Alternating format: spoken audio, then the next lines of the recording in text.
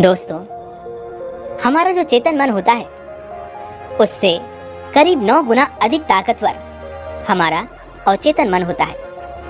अगर 1 गुना ताकत हमारे चेतन मन के पास है तो इसका अर्थ ये हुआ कि उससे 9 गुना अधिक ताकत हमारे अवचेतन मन के पास है, क्योंकि अवचेतन मन ही हमारे पूरे शरीर को नियंत्रित करता है।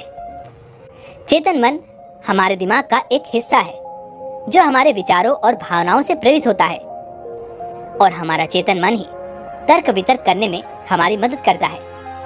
लेकिन दूसरी तरफ हमारा अवचेतन मन ये कभी तर्क वितर्क नहीं करता। ये उस जानकारी को ग्रहण कर लेता है जो इसे चेतन मन देता है। इसलिए जैसा हम अपने अवचेतन मन में सोचते हैं वैसे ही हम बनते चले जाते हैं। क्या आपने कभी इन बातों पर विचार किया है कि कोई व्यक्ति दुखी क्यों है और वहीं पर दूसरा व्यक्ति इतना सुखी क्यों है? एक व्यक्ति सुख और समृद्धि से भरा हुआ है, वहीं पर दूसरा व्यक्ति इतना गरीब और दुखी क्यों है? एक व्यक्ति भयभीत और डरा हुआ है, जबकि दूसरा व्यक्ति आस्था और विश्वास से भरा हुआ है। एक व्यक्ति बड़े से महलों में रहता है, वहीं पर दूसरा व्यक्ति गरीब और टूटी फूटी झोपड़ी में रहता है। कोई बहुत सफल है तो कोई असफल। कोई व्यक्ति कुछ ही मेहनत करके सफलता प्राप्त कर लेता है, और वहीं पर कोई दूसरा व्यक्ति जीवन भर मेहनत करने के बाद भी असफल ही रह जाता है। तो आखिर इन सब चीजों का कारण क्या है? क्या आपने कभी इन पर विचार करने की कोशिश की है? हमारे जीवन में जो भी अच्छा है वह हमारे अवचेतन मन पर निर्भर करता है। अर्थात यदि आप अपने अवचेतन मन में यह बात डालेंगे कि मेरे साथ जो कुछ भी होगा वो अच्छा होगा, मेरे साथ जो कुछ भी हो रहा है वो अच्छा हो रहा है, और मैं एक दिन कामयाब जरूर बनूंगा, तो आप अवश्य ही अपने जीवन में कामयाब बन जाएंगे। वहीं पर यदि आप अपने अवचेतन मन में बुरी बुरी बातें डालेंगे, अर्थात नकारात्मक बातें कहेंगे, तो आपके जीवन में केवल नकारात्मकता ही भर जाएगी और आपके साथ कुछ भी अच्छा नहीं होगा। आप जहां जाएंगे वहां पर आपके हाथ केवल असफलता ही लगेगी। आप हमेशा निराश और परेशान ही रहेंगे, लेकिन उनका हल आपको कभी नहीं मिल पाएगा। इसलिए यदि आप भी अपने मन को अच्छी तरह से जानना चाहते हैं, उससे वह काम करवाना चाहते हैं जो आप चाहते हैं, उसे अपने नियंत्रण में रखना चाहते हैं, तो इस वीडियो को अंत तक जरूर देखिएगा, क्योंकि इस वीडियो में आपको ऐसी महत्वपूर्ण जानकारियां मिलेंगी जिसकी मदद से आप अपना जीवन संवार सकते हैं। आप जो चाहें उसे हासिल कर सकते हैं। आप जिस भी लक्ष्य को प्राप्त करना चाहते हैं उसे आप प्राप्त कर सकते हैं। आज की इस वीडियो में हम ये जानने वाले हैं कि आखिर चेतन मन और अवचेतन मन में मुख्य अंतर क्या है और वह किस तरह से काम करता है, और हम अपने अवचेतन मन में अच्छी बातें किस प्रकार से डाल सकते हैं जिससे हमारा जीवन परिवर्तित हो सके, हम सफलता की ओर आगे बढ़ सके। बहुत समय पहले की बात है, एक नगर में एक बहुत ही प्रसिद्ध गुरु रहा करते थे। उनकी ख्याति दूर दूर तक फैली हुई थी। उनके आश्रम में उनके कई शिष्य भी थे। एक दिन संध्या के वक्त वह गुरुवर अपने सभी शिष्यों को बुलाकर उन्हें उपदेश दे रहे थे। वे कह रहे थे, शिष्यों, हमारा मस्तिष्क 2 भागों में विभाजित है, चेतन मन और अवचेतन मन। चेतन मन हमारे मस्तिष्क का पहरेदार है, वहीं पर अवचेतन मन हमारा मालिक है। उन गुरु की यह बात सुनकर एक शिष्य खड़ा हुआ और वह उन गुरु से कहता है, हे गुरुवर, आप क्या कहना चाहते हैं? आप कहीं ये तो नहीं कह रहे कि हमारे भीतर कोई और है जो हमें चला रहा है, जो हमारी सारी क्रियाओं पर नजर रखे हुए है? इस पर वह गुरुवर उस शिष्य को मुस्कुराते हुए कहते हैं, भंते, मैं तुम्हें एक छोटी सी कहानी सुनाता हूँ। इस कहानी में तुम्हें तुम्हारे सवालों का जवाब मिल जाएगा। इस कहानी को ध्यानपूर्वक सुनना और इसे समझने का प्रयास करना। आगे वह गुरुवर कहानी बताते हुए कहते हैं, बहुत समय पहले की बात है, एक नगर में एक बहुत ही धनी सेठ रहा करता था और उसकी एक बड़ी सी हवेली भी थी। उसकी हवेली के द्वार पर हमेशा एक पहरेदार तैनात रहता था, और हवेली में जब भी कोई उपद्रव होता, कोई शोर शराबा होता या लड़ाई झगड़े होते तो उसकी आवाज चारों ओर गूंजने लगती, और उस आवाज को सुनकर आसपास के पड़ोसी भी उस महल के पास आते और उस पहरेदार को खूब समझाने की कोशिश करते और कहते, देखो, तुम्हारी हवेली से बहुत सारी आवाजें आती हैं, लड़ाई झगड़े होते रहते हैं, जिससे हमारे घर की शांति भंग हो जाती है। कृपया करके लड़ाई झगड़े को बंद करो। आखिर इस शोर शराबे में क्या रखा हुआ है? इस तरह से लड़ाई झगड़े करके तुम अपना जीवन कैसे शांति से बिता सकते हो? इस पर वो पहरेदार जवाब देते हुए कहता है, देखो भाई, मैं जानता हूँ कि लड़ाई झगड़े करना बुरी बात है, शोर शराबा करना बुरी बात है, लेकिन मैं क्या करूँ? मैं भी इससे बहुत परेशान हूँ। जो भी लड़ाइयाँ होती हैं वह हवेली में होती हैं, इससे मेरी भी शांति भंग होती है। लेकिन आप मुझे क्यों समझा रहे हैं? इसका कारण मैं तो नहीं, इसका कारण तो मेरा मालिक है। आप उसे जाकर समझाइए। यह बात सुनकर पड़ोसी भी यह बात समझ जाता कि बात तो सही है। आखिर इसमें इस पहरेदार की क्या गलती है? यह तो केवल अपना काम कर रहा है। गलती तो मालिक की है। वह उपद्रव करता है, वो शोर शराबे करता है, वह लड़ाई झगड़े करता है, और जब भी उसे ये सब करने का मन होता है तो वह हवेली के बाहर आता है और उपद्रव करके वह वापस हवेली में जाकर बैठ जाता है। और जिन लोगों को भी उस हवेली के मालिक से तकलीफ होती, जिनकी भी शांति भंग होती, वे सभी आकर उस पहरेदार को ही समझाने का प्रयास करते। वह उसे खूब समझाते, लेकिन क्या इससे यह समस्या सुलझेगी? इस प्रश्न के साथ वह अपने शिष्य से कहते हैं, तुम ही बताओ, इसका क्या समाधान है? इस पर वह शिष्य गुरु के इस प्रश्न का जवाब देते हुए कहता है, हे गुरुवर, जिन्हें भी उन हवेली के मालिक से तकलीफ है, जो कि शोर शराबे करता है, लड़ाई झगड़े करता है और लोगों की शांति भंग कर देता है, उन सभी को उनसे बात करनी चाहिए, तभी तो इसका समाधान निकलेगा। भला पहरेदार की इसमें क्या गलती है? वह तो केवल अपना काम कर रहा है और वह उससे ज्यादा कर भी क्या सकता है? उसके हाथों में तो और कुछ भी नहीं। इस पर वह गुरु मुस्कुराते हुए अपने उस शिष्य से कहते हैं, भंते, ठीक इसी तरह से हमारा मन भी होता है।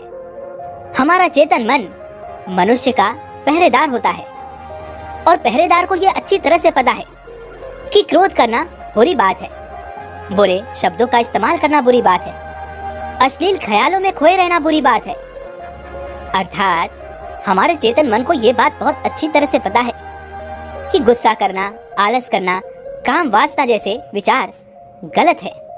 ये सभी विकार हमारे भीतर नकारात्मक विचार उत्पन्न करते हैं, जिससे हमारा विनाश होता है। लेकिन वह कर भी क्या सकता है?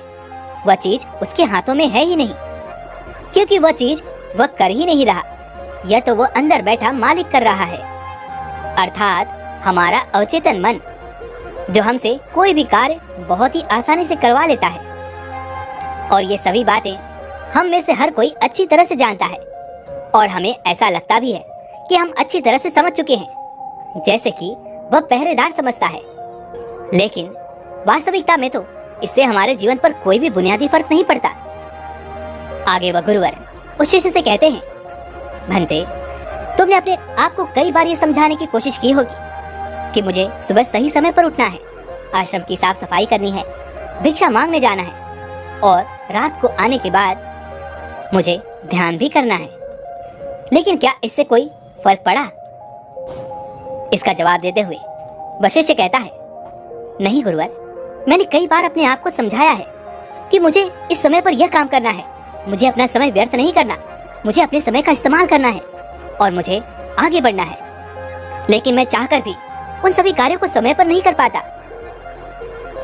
इस पर वह गुरुवर अपने उस शिष्य से कहते हैं, भंते, जब भी हम अपने आप को कुछ समझाने का प्रयास करते हैं तो हमें ऐसा लगता है कि अब हम समझ चुके हैं और अब हमसे कोई गलती नहीं होने वाली, और हम सोचते हैं कि अब हमारा जीवन बदल जाएगा, हम जो भी करेंगे अब वह सही होगा, अब तो हम जीवन में सफलता प्राप्त कर ही लेंगे। लेकिन दूसरे ही पल हम ये पाते हैं कि हमारे जीवन में कोई बुनियादी बदलाव आया ही नहीं, और ऐसा केवल हमारी नासमझी के कारण होता है।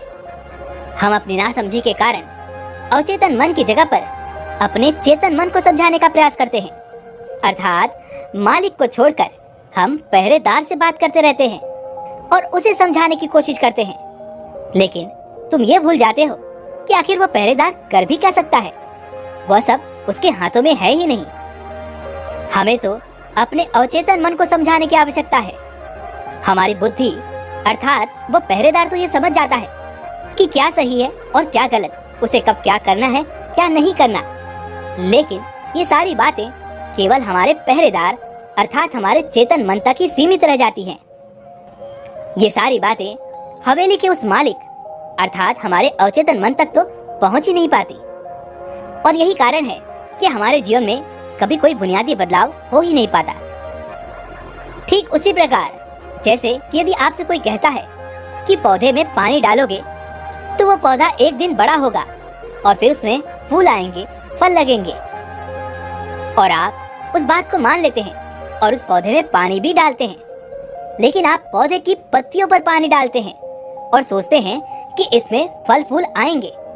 लेकिन जरा एक बार के लिए ये सोचिए, अगर पत्तियों में पानी डालोगे तो उसमें फूल और फल कैसे आएंगे? हमें तो उस पौधे की जड़ में पानी डालने की आवश्यकता है। लेकिन हम में से अधिकांश लोग केवल पत्तियों पर ही पानी छिड़क कर अपने आप को बहुत भाग्यशाली समझने लगते हैं। लेकिन वह यह भूल जाते हैं कि जो पानी वो पत्तियों पर छिड़क रहे हैं वह पानी पेड़ की गहराइयों में तो जा ही नहीं पा रहा। तो ऐसे में उस पौधे पर फल और फूल कैसे लगेंगे? ठीक इसी प्रकार हम भी अपने मन के साथ ऐसा ही करते हैं। और यही कारण है कि हम अपने जीवन में जो भी चाहते हैं वो हमें नहीं मिल पाता। हम अपने जीवन में फल और फूल चाहते हैं लेकिन वह हमें नहीं मिल पाता। इस पर वह शिष्य उन गुरुवर से कहता है, हे गुरुवर, तो फिर हमें क्या करना चाहिए? क्या ऐसा कोई उपाय है जिससे हम अपने चेतन मन की सारी बातें अपने अवचेतन मन तक पहुंचा सकें? क्या ऐसी कोई प्रक्रिया है जिसमें हम अपने संदेश को अपने अवचेतन मन तक पहुंचा सकें? इस पर वह गुरुवर उस शिष्य से कहते हैं, भंते, यदि तुमने अपने संदेश को अवचेतन मन तक पहुंचा दिया तो तुम जो चाहो वो इच्छा प्राप्त कर सकते हो। तुम जैसा चाहो उस लक्ष्य को प्राप्त कर सकते हो, क्योंकि हमारा अवचेतन मन हमारे चेतन मन से 9 गुना अधिक शक्तिशाली होता है। आपने कभी न कभी ये देखा ही होगा कि एक मनोवैज्ञानिक जब किसी के मन के गुप्त राज को जानने की कोशिश करता है, वह मनोवैज्ञानिक जब उसके मन की बात को बाहर निकलवाना चाहता है, उसके अतीत में जो भी घटना घटी है उसमें साक्षात रूप से प्रवेश करना चाहता है, तो इसके लिए वह हिप्नोटिज्म का उपयोग करते हैं। और आप में से अधिकांश लोगों ने इस प्रक्रिया को देखा ही होगा। इस प्रक्रिया का प्रयोग करके मन की सारी सूचनाएं अपने आप ही बाहर निकल आती हैं। इस प्रकार किसी के भी मन को काबू में करके हम उससे जो चाहे वो कार्य करवा सकते हैं। हाँ, अब आपके मन में ये भी प्रश्न उठ रहा होगा कि शायद वो सभी हमारे अवचेतन मन की चाल को समझते हैं, वह इसे अच्छी तरह से जानते हैं कि उसे किस तरह से अपने काबू में किया जाता है। तो इसका जवाब बड़ा ही सीधा और सरल है, और इसका जवाब है हाँ, क्योंकि उन्होंने इसके ऊपर कई बार प्रयोग किया होता है और वह इसमें इतने निपुण हो जाते हैं कि वह किसी भी दूसरे मन पर अपना काबू कर सकते हैं। और अगर आप भी अपने अवचेतन मन की बात को समझते हैं, अपने मन की चाल को समझते हैं, तो आप भी अपने ही नहीं बल्कि किसी दूसरे के मन को भी वश में कर सकते हैं। आगे वह गुरुवर अपने शिष्य से कहते हैं, भंते, अपने अवचेतन मन तक संदेश पहुंचाने के लिए आपको अपने चेतन मन को शांत करना होगा, उसे सुलाना होगा। और ऐसा इसलिए क्योंकि हमारा चेतन मन तर्क वितर्क करने में माहिर है, वो एक पहरेदार है, वो हमारी रक्षा के लिए हमेशा तैनात रहता है। इसलिए जब भी तुम अपना कोई संदेश अवचेतन मन तक पहुंचाने की कोशिश करोगे तो वह तुमसे तर्क वितर्क जरूर करेगा और हमें अपनी बात अपने मालिक तक पहुंचाने की हमें इजाजत तक नहीं देगा। जब तक कि हम अपनी बात अपने चेतन मन को अच्छी तरह से समझा नहीं देते या उसे शांत नहीं कर देते, तब तक वह हमें उस हवेली में घुसने नहीं देगा। क्योंकि हमारी सामान्य बुद्धि अर्थात हमारा चेतन मन तर्क वितर्क करने में माहिर होता है। और यही कारण है कि हम में से अधिकांश लोग अपने अवचेतन मन तक एक साफ और स्पष्ट संदेश पहुंचा ही नहीं पाते, और इसी कारण हम अपने अवचेतन मन को भी अच्छी तरह से समझ नहीं पाते। और हमारा अवचेतन मन तर्क वितर्क नहीं करता, उसे तो केवल साफ और स्पष्ट संदेश चाहिए जिस पर वह कार्य कर सके। और उस तक हम साफ और स्पष्ट संदेश तभी पहुंचा सकते हैं जब हमारा मन पूरी तरह से शांत रहेगा, जब हमारे मन में और कोई विचार नहीं होंगे। और यही कारण है कि जब एक मनोवैज्ञानिक किसी के मन पर प्रयोग करता है, उसके मन को काबू करने की कोशिश करता है, उससे मनचाही बात निकलवाने की कोशिश करता है, तो सबसे पहले वह उसके चेतन मन को ही सुलाता है। आपने कहीं ना कहीं तो देखा ही होगा कि उनके सामने एक पेंडुलम जैसी चीज उनकी आंखों के सामने रख दी जाती है और उसे घुमाया जाता है, जिसे लगातार देखने के बाद वो व्यक्ति पूरी तरह से निद्रा में चला जाता है और इस कारण उसका चेतन मन पूरी तरह से शांत हो जाता है। और जब उसका पहरेदार पूरी तरह से सो जाता है और उसके पास तर्क वितर्क करने के लिए कोई नहीं बचता, तो वह मनोवैज्ञानिक आसानी से उस हवेली में जाता है और उस मालिक से जी भर के बातें करता है। जो बातें वो चाहता है वह बातें वह उससे निकलवा लेता है। तिब्बत के एक महान दार्शनिक ने कहा था कि अगर बात समझ में आ जाए तो आपका जीवन परिवर्तित हो जाता है। लेकिन उन्होंने वह बात उस समय के लोगों के लिए कही थी, क्योंकि उस समय तिब्बत और बाकी दुनिया के लोग बहुत सरल हुआ करते थे। उनका मन बहुत साफ हुआ करता था और उनको जो भी बातें बताई जाती थी वह उन बातों को बड़ी शांतिपूर्वक सुनते और समझते थे। उस समय कोई भी तर्क वितर्क नहीं करता था और जब कोई व्यक्ति तर्क वितर्क करने में माहिर होता था तो वह उसे तर्क वितर्क करने देते और शांति से केवल उसकी बातें सुनते, जब तक कि व्यक्ति तर्क वितर्क करके थक न जाए। तो वह गुरु के पास वापस आता है और उनसे कहता है, हे गुरुवर, मैं अब तर्क वितर्क करके थक चुका हूँ, लेकिन उससे मुझे कुछ भी हासिल नहीं हुआ। कृपया करके अपना कोई मार्ग बताइए, आप मुझे अपने तरीके से समझाएं। अब मैं उसमें कोई भी अवरोध उत्पन्न नहीं करूंगा। ठीक इसी प्रकार से हमारी बुद्धि भी काम करती है। जब हमारा मस्तिष्क तर्क वितर्क करके थक जाता है तब उसे इस बात का एहसास होता है कि तर्क वितर्क करके उसे कुछ भी हासिल नहीं होने वाला और उस समय तक उसे कुछ भी समझ में नहीं आएगा। दोस्तों, महात्मा बुद्ध भी अपनी बातों को 3 बार दोहराया करते थे और यदि कोई बात आपसे 3 बार कही जाए तो क्या आप उस बात को सुन पाएंगे? मान लीजिए आप किसी चिकित्सक के पास जाते हैं और वह चिकित्सक आपसे एक बार कहता है कि आप ठीक हैं, आपको कुछ नहीं हुआ, तो यह बात आप सुन लेते हैं और आपको यह बात समझ में आ जाती है कि मैं ठीक हूँ और मुझे कुछ भी नहीं हुआ। लेकिन अगर वही चिकित्सक आपसे बार बार वही बात कहे, बार बार वह वही बात दोहराए, तो क्या आपको क्रोध नहीं आएगा? आप यही कहेंगे कि हाँ, मुझे वो बात समझ में आ चुकी है, आप बार बार एक ही बात क्यों दोहरा रहे हैं? मैं समझ चुका हूँ कि मैं बीमार नहीं हूँ और मुझे कुछ नहीं हुआ, तो इसको बार बार दोहराने से क्या फायदा? लेकिन वास्तविकता तो ये है कि जब हम किसी बात को बार बार दोहराते हैं तो उससे हमारा चेतन मन उब जाता है और बार बार उस बात को सुनने से हमारा चेतन मन उस बात पर ध्यान नहीं देता। और यही वो वक्त होता है जब हमारी बात हमारे अवचेतन मन तक पहुंचती है। और जब आपकी बात आपके अवचेतन मन तक पहुंच जाए तो यकीन मानिए कि तब कुछ भी संभव है। फिर चाहे आप कोई अपने जीवन में बड़ा लक्ष्य प्राप्त करना चाहते हो या फिर अपना स्वास्थ्य सुधारना चाहते हो, सब कुछ संभव हो जाएगा। दोस्तों, आपने कभी न कभी ये किस्सा तो सुना ही होगा। एक प्लेन क्रैश हो गया था और उस प्लेन का जो पायलट था उसकी प्लेन से गिरने की वजह से शरीर की सारी हड्डियां टूट चुकी थी और जब उसे अस्पताल में भर्ती किया गया तो उसे हिला डुला भी नहीं जा रहा था।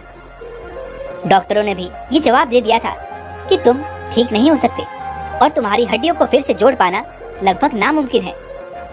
लेकिन वह व्यक्ति जीना चाहता था। उसने अपने अवचेतन मन में जबरदस्ती ये बात डाली कि मैं ठीक हो सकता हूँ, मैं ठीक हो सकता हूँ। और यकीन मानिए कि वह व्यक्ति सचमुच ठीक हो गया। वह अपने पैरों पर चलकर अपने घर गया। ऐसा केवल हमारे अवचेतन मन की शक्तियों के कारण होता है।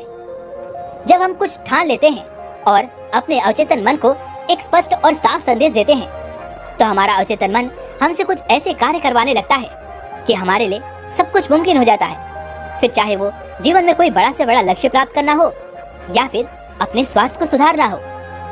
और पुराने जमाने में ये बहुत सरल हुआ करता था क्योंकि उस समय लोग तर्क वितर्क नहीं किया करते थे और जो भी उनसे कहा जाता था वह उसे बहुत गहन ध्यान के साथ सुनते थे और समझते थे। लेकिन आजकल के तथाकथित बुद्धिमान लोग वे सभी इन सभी बातों को अंधविश्वास कहते हैं। लेकिन यह भी एक वास्तविकता है कि जैसा आप खुद से कहते हैं वैसा ही आप अंदर से बनते चले जाते हैं। आप अंदर से उतने ही अशांत होने लगते हैं, और जो व्यक्ति अपने मन की बकबक को शांत कर पाता है वही शांति को प्राप्त कर पाता है। हमारी जो बुद्धिमानी है वही हमारे अचेतन मन का एक रूप होती है। हमारा चेतन मन हमें कोई भी नई चीज सीखने में हमारी मदद करता है। जैसे कि यदि आप कोई नई भाषा सीखना चाहते हैं या फिर आप कोई नई तकनीक सीखना चाहते हैं तो इसमें हमारा चेतन मन हमारी बहुत मदद करता है। लेकिन जब बात आती है भावनाओं की, अर्थात क्रोध, कामना, आलस इत्यादि, जो कि हमारे अचेतन मन का हिस्सा होते हैं, उन्हें हमें सीखना नहीं पड़ता, वो तो हमारे अंदर पहले से ही मौजूद हैं। क्या आपने कभी एक पल के लिए ये सोचा है कि आपने कभी क्रोध सीखा है? क्या आपने कभी काम वासना सीखी है? क्या आपने कभी आलस सीखा है? यदि आपको बचपन से ही किसी ऐसी जगह पर रखा जाए जहां पर कोई भी व्यक्ति ना हो, कोई भी इंसान ना हो, तब भी आपके भीतर ये सारे गुण आ ही जाएंगे, क्योंकि इसमें तो सिर्फ और सिर्फ हमारे अचेतन मन का ही काम है।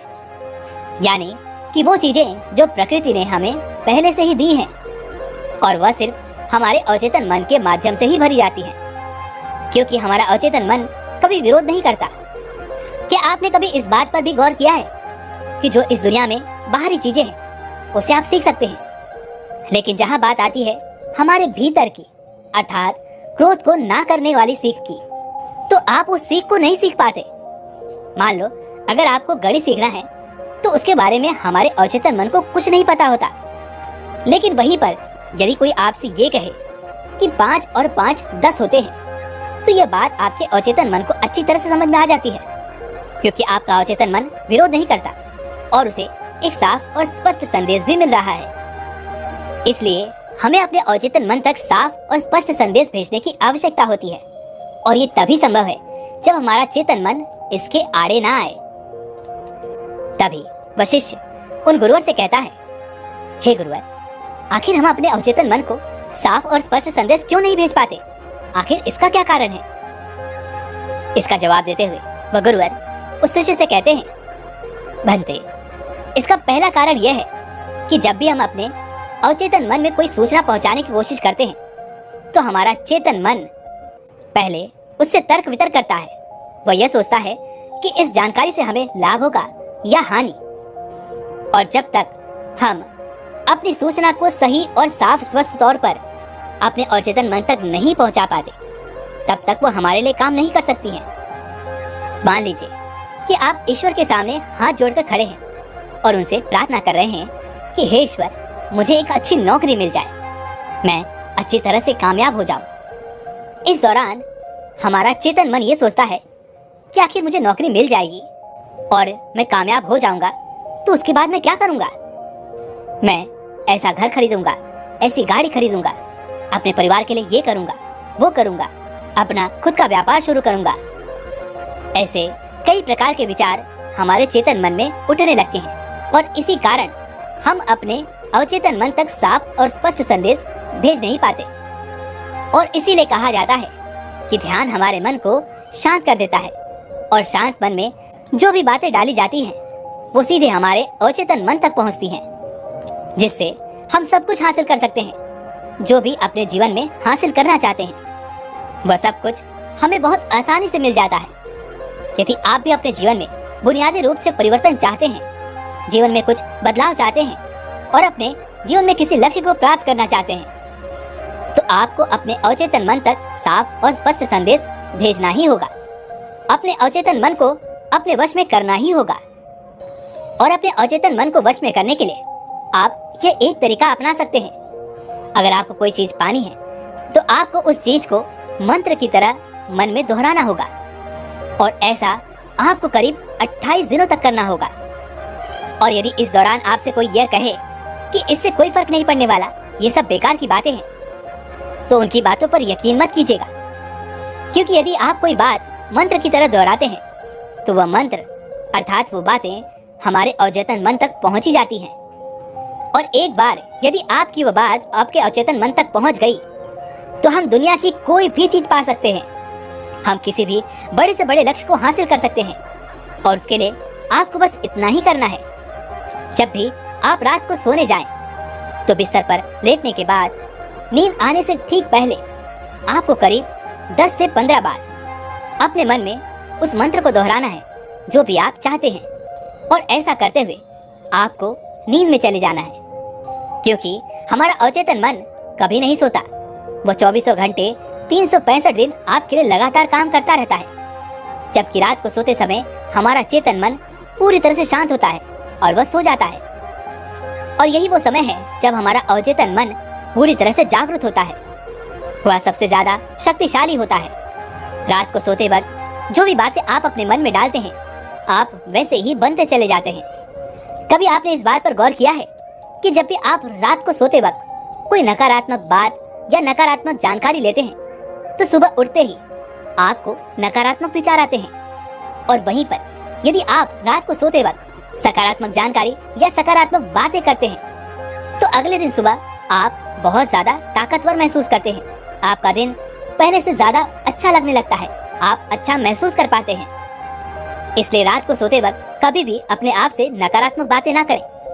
हो सके तो हमेशा अपने आप से सकारात्मक बातें करें, या फिर आप चाहें तो इस प्रयोग को भी अपना सकते हैं और अपने जीवन में जो कुछ भी चाहे आप उसे पा सकते हैं। क्योंकि एक बार यदि आपका लक्ष्य आपके अचेतन मन तक पहुंच गया, तो उसे पाना बहुत आसान हो जाएगा। फिर वो चाहे कितना भी बड़ा क्यों ना हो, वो चाहे कितना भी कठिन क्यों ना हो, आप उसे हासिल कर ही लेंगे, आप उसमें कामयाबी पा ही लेंगे।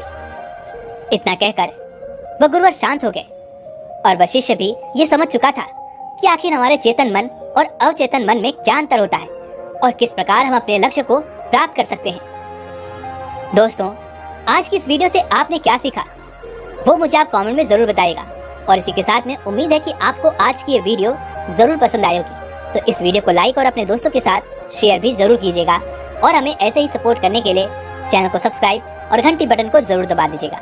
चलिए फिर मिलते हैं ऐसे एक और वीडियो में, तब तक के लिए अपना ख्याल रखें। धन्यवाद।